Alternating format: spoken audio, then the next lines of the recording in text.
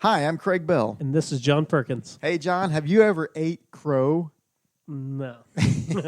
I have more than I care to admit, man. We'll talk about that on Take 5. Food for the soul, helping you to thrive. 5 minutes to renew your mind. Take 5. The British equivalent of the American phrase to eat crow is to eat humble pie. Ever had humble pie, John? Yeah. Yeah, me too.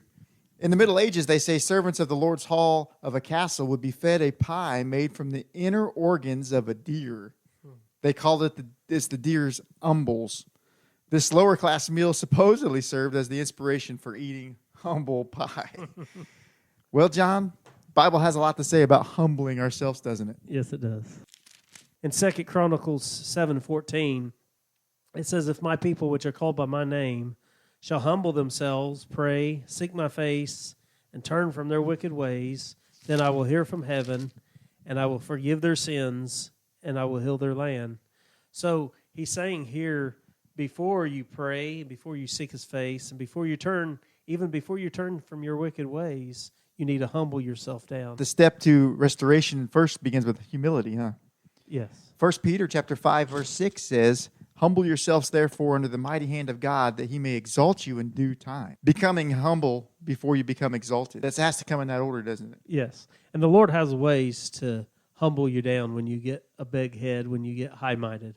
Oh, he does. Somebody said humility is like a slippery watermelon seed. Once you get it under your fingers and you think you have it, it slips away from your grasp. Yeah. You think of the disciples when Jesus, being the Lord and Master, begins to get a towel and begin to wash their feet. And he tells them to wash one another's feet. Oh, yes. Very humbling experience. Yes, it is. But that's how you're exalted in the kingdom, Yeah. by humility. And I think that's the reason it's so looked down upon in a lot of our churches today, is because you do have to humble yourself to the point where you get down and you wash someone's feet. That's so true. Here's a few words, John, I jotted down that would be in connection with humility, I believe. Submit, surrender, Serve. subjection. These are all thoughts that have to do with humility, coming under the subjection of God, serving others, surrendering to God, submitting to God. Sometimes we get the big head and think that we're all that in a bag of chips, but it's not true, is Yeah. it? I heard a comedian say one time that he had made a big name for himself, got pretty famous, made a lot of money, went to Las Vegas as his big thing. I made it all the way to Las Vegas with my comedy act.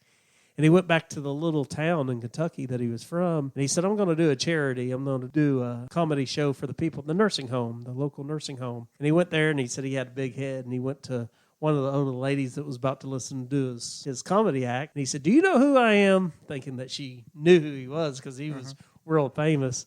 And she said, "No, I don't, son. But if you go talk to that lady over there at the nursing station, she'll tell you who you are." That's humbling for sure. Yeah. There's a story told of two brothers who grew up on a farm. One went away to college and earned a law degree and became a partner in a prominent law firm at the state capitol. The other brother stayed on the family farm. One day, the lawyer came and visited the brother, the farmer, and he said, "Why don't you go out and make a name for yourself and hold your head up high in the world like me?" The brother pointed over to the field and said, "See that field over yonder? That's a field of wheat. Look closely," he said. "Only the empty heads stand up. Those that are well filled always bow low," he said.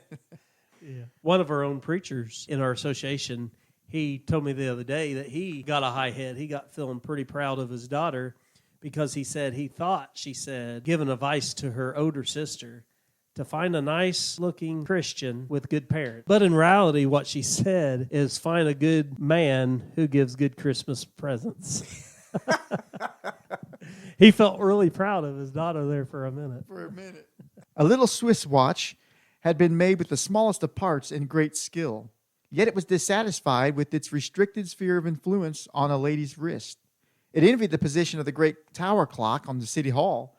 One day as it passed with its owner by the city hall, the tiny watch exclaimed, "I wish I could go way up there. I could then serve many instead of just one."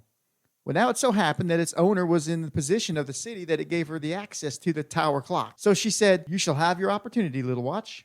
The next day, a slender thread was lowered down from the tower, and the little watch was tied to it and slowly and carefully was pulled up the side of the tower, rising higher and higher every moment. Of course, when it reached the top, it was completely lost to view from the bottom because it had been dwarfed by the size of the large clock. In fact, the higher it went, the smaller it got. We too, John, if we want to go higher, must get smaller.